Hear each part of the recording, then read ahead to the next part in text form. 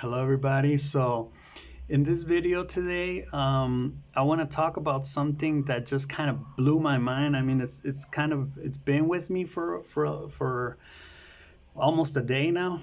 And yesterday, I was watching this video, this interview that I was watching for like a couple days now, because it's kind of long. It's like 2 hours, an hour and a half long.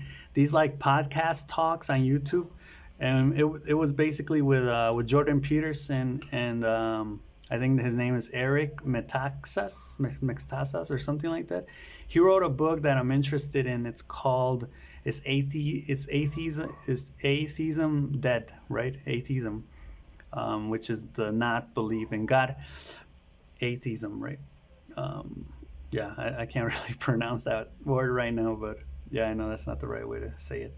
Okay, well, anyway, in the interview, um, they were talking about it was like the end of the talk, right towards the end of it, and Eric says like, it's been really good talking to you. I feel like we talked, and they talked about religion. They talked about the cultural war going on, right? They talked about like many things like that, and it was interesting because he said, well, we talked about a lot of things, but I feel like we also didn't talk about a lot of things. And then he says, and Jordan, and just like I do, I know that the truth is paradoxical, right? He said this, and Jordan Peterson said yes, he agreed. And I was blown back. I was like, what? The truth is paradoxical?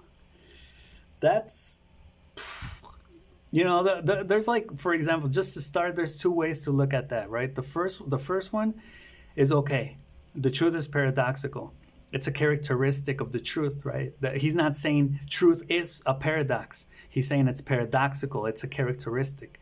And then, well, if you think about all these like different types of situations, you can say, well, something can be good and bad, right? Like a knife. I can think that we talked about a lot of things, yet we didn't talk about many things, right? I can love you and hate you, right? And if you start to think about all these different types of, truths in your life or truths in life, and you try to find the paradox, I think you can find it, right? That's why it's crazy, because you can say, well, yeah, a book can be good and bad. The situation could be good and bad. That could be big and small, depending on where you put it on perspective. A planet is big, but compared with a bigger planet, it's small, right? So it's big and small. It's good and bad. It's and that's like one way to think about that. Another way, which I also thought about it, right? Because I said there were two ways that you can think about it to start with, is well, if you say the truth is paradoxical, and then you say, well, no, it's not. I think the truth, or no, hold on. How was I going to explain this? If he says the truth is paradoxical, and then, you can understand it like, well, that statement is true, right? So if that statement is true, then it's also false, right? Because it's paradoxical. Anything you say then can be true and false, and in fact is true and false. It's paradoxical because the truth is paradoxical, right? So that's just to start with. That's just to start with, right?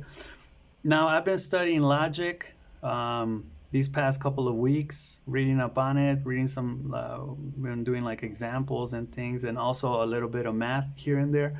And I wrote a couple things, so we're just gonna kind of go through it, and I'll explain it as we go along with it. So, yeah, the statement is true and false at the same time. Now, like I mentioned, you can love and hate. So there are a lot of like paradoxical things in your truths, right? It contains two considered opposites together, and this is where I want to make like a distinction, right? Because, okay, you say, the opposite of love is hate, or the opposite of true is false. Those are considered, and I want to highlight the word considered. They're considered opposites, right? And they're together. Now, those considered opposites, like love and hate, are not actual opposites, right? Because, for example, the opposite of hate is not hate. The opposite of love is not love. So you can't say, well, you don't love me, so you hate me. You know, it could be true that you don't love me and you don't hate me, right? Which that would be like what, a negative paradox. That right, that would be kind of crazy, or that is kind of crazy. Um, but yeah, so you could say, okay, um, you know, the opposite of hate is not hate. You know, so if you say that person hates me, no, that person does not hate you. And that's different from saying that person loves me, right? Or if I say a person does not love me, that doesn't mean that that person hates me, right? It's not the same thing. It can be true, but it's not the same thing logically. So, yeah, the opposite of love is not love, which does not mean hate, right?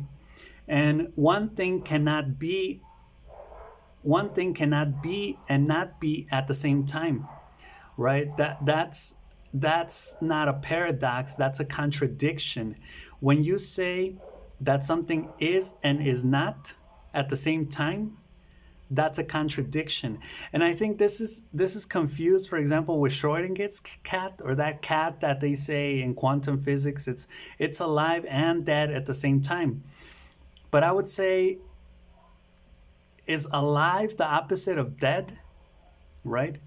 Because I don't think alive is the opposite of dead, or dead the opposite of alive. I think logically and very objectively, the opposite of alive is not alive. So that cat cannot be both alive and not alive at the same time, right? And then, well, we can enter the definition realm and the definition debate and talk about, well, what is alive? What is dead? Is dead when your brain stops working, when your organs shut down, when you've been unresponsive for like, a couple hours? What is alive? Is alive, are you alive when you're asleep? You know, what if you like have an accident and you go into a coma, right? And then what about people that die for like a couple minutes and then come back to life? Were they dead? Were they alive? You know, we can enter, and that's kind of like a thing I spoke about earlier in one of my videos, where we enter the realm of definitions to kind of stall the conversation, right? To kind of destroy it. So I don't really want to enter that realm. But what I do want to highlight or point out is that there are degrees or levels to these types of different ideas or concepts or definitions that we seem to know so well, right? So, yeah, for example, you can't have a person love you and not love you at the same time, because that's a contradiction. They either love you or they don't love you, and that's, you could say, well, this person loves me, but in the past they did not love me, and both are true. And that's where truth kind of enters the conflictive realm of space and time, right? Because if I say, well, it's true that in Alaska you need to wear a jacket because it's cold, but it's not true that you have to wear a jacket in the Sahara Desert because it's hot, right? So yeah, we enter that realm of where are we? Like I was thinking that day and night are like the perfect example of the relationship between space and time. Because if you're like, well, um, I don't know. Let's say it's day, right? So you don't need, when you're in traffic, when you're driving, you don't need to turn on your headlights, right? But when it's night, you need to turn on your headlights, right? It's true that you need to turn on your headlights if it's night, but not if it's day, right? That's in relation to time. But then space, as you're moving, what if you move around the world, while it's night in all of those areas around the world? And you would need light, right, to see. But because you're moving with you're physically in space, you're moving, right? And that would be true for you. Now, we enter this whole realm of, well, truth is relative, right? And that's where I'm going to next with approximations. So if we're to identify objectively, the opposite of something, we can say that it's the not that thing, right? So that thing has its opposite, which is not that thing, right? It's not the approximation, of that other thing. Like, for example, approximations create paradoxes, right? Because two approximations which are not considered to exist together at the same time can. For example, you can hate and love someone at the same time. Those two things are approximations, right? Because you can't really pinpoint or define what is love or what is hate. So they're approximations, right? And because you can't pinpoint exactly what they are, they're able to coexist together, right? Maybe hate is a level of love, or love is a level or a degree of hate, right? So they can coexist together at the same time, and that's where we say, well, truth is paradoxical, right?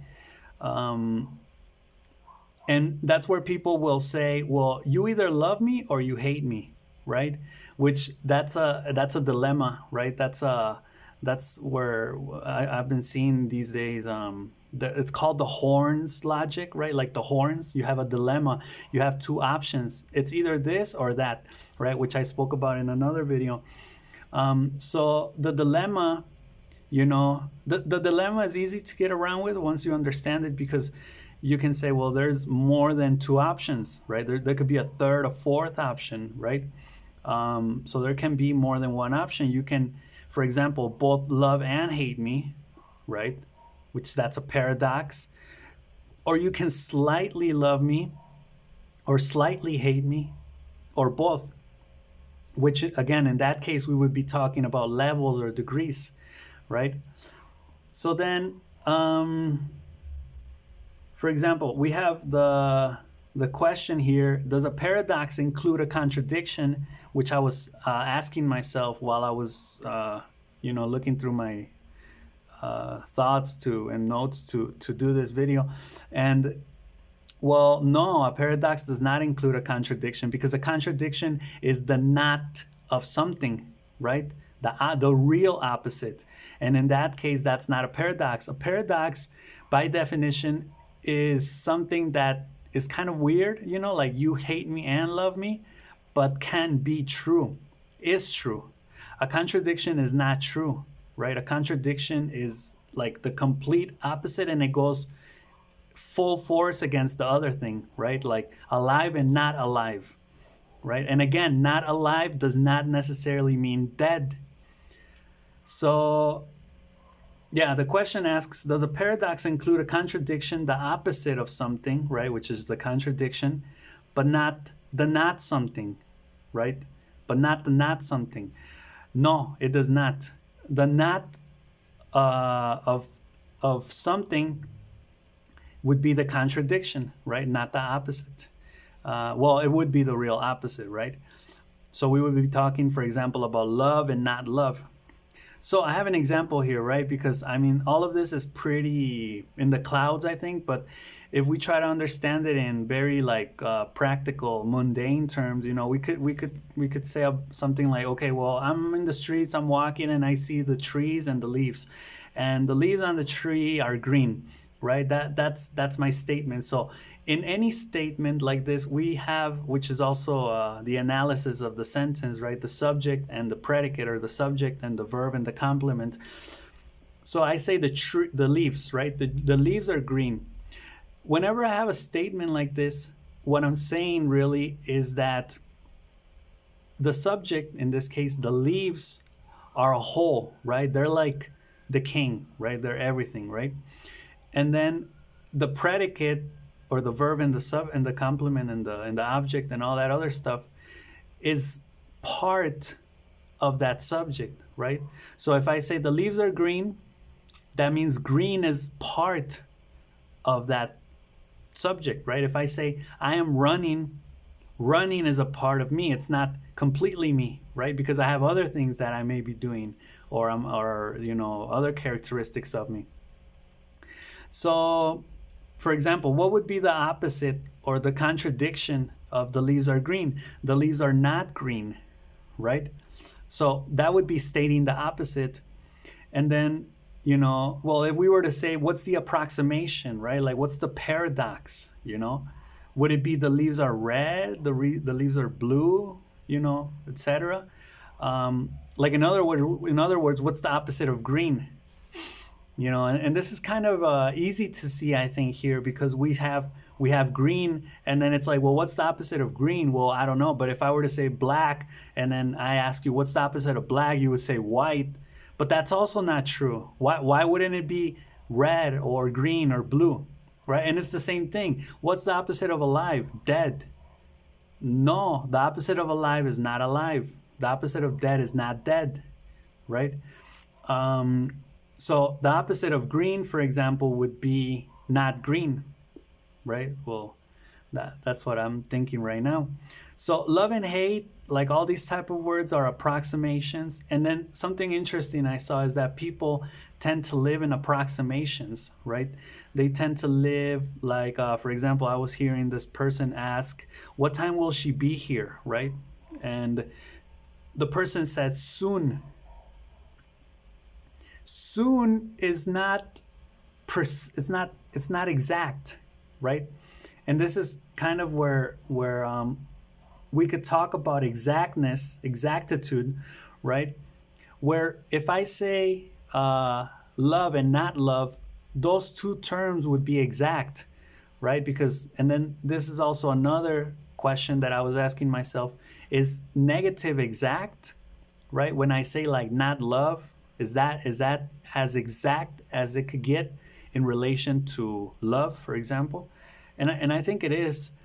So yeah, the person said soon, which is an approximation, right? Versus saying 3 p.m. So then we have people that are approximate, right? And I was thinking about this too, because I made a campaign, or this ad where I was, where I wanted to have like English classes and stuff, and I gave a lot of information, right? I was very exact. And people, I think, including myself, they don't like exactness. They don't like exactitude. They like approximation because it's seductive, right? When you don't really know all the information, it makes you like question, like what is that really, and that questioning, that curiosity is what draws you closer to it. If you're given all the information right away, that makes you go, okay, whatever, and then you just like put it off or don't do it. So, exactitude has its benefits. I think I'm more of a person that aims for exactitude. I don't really like approximation, but many people like that, I think. So, yeah, my question would be, is negative exact, right? Negative implies there's a positive, and it's kind of interesting, because then does positive imply that there is a negative? I think yes, and that's kind of like a logic. They call it like the law of thoughts, or the axioms, or the principles of logic. There are three, and one of them is the rule of no contradiction, or contradiction, which basically says that something either is or is not. It can't be at the same time, right? And so yeah, this begs the question, are you exact or approximate? In approximate, there are degrees or levels, right? In exactitude, there are no degrees or levels. It either is or is not, right? So yeah, for example, in alive and dead, there are degrees, right? I think, there are people that want to be, I think, kind of objective in that sense and say, well, no, it's either alive or dead. And I think the more logically correct way to say that would be it's either alive or not alive, right? Then we could say, well, what is not alive, right? And that would be a whole nother topic, but it's basically not alive, right? Okay, so yeah, we could enter the definition realm and be like, well, what is alive? What is dead? What defines these things? And then the basic application for all this, well, we could say something is true or not true, right? Like, I think this helps when you hear or read things in the world, in the news, on the internet, and all this, and it can help you because you can see when something is potentially fake, right, or not true, and if it's not true, well, it's not true, right? That's kind of where that would go. So then, kind of like to summarize the truth. Well, I think a while back in a video I mentioned that truth for me was like trying to figure out what happened, and I think I developed the idea a little further, which is defining it based on time and based on the past, right? Or even the present, but not the future. So what's true in the past and the present, but not the future, right? Because the future is uncertain; it's still not here. It will never be here. It's the future, forever, right? So the coherence between what is said or thought and the action or what is done, I think, is what makes something true, right? That connection. So you say something, and it's true in relation to if it happened or not in the past, right? Or in the moment if it's happening, right? I think that's kind of what truth. I think that could be another characteristic of truth.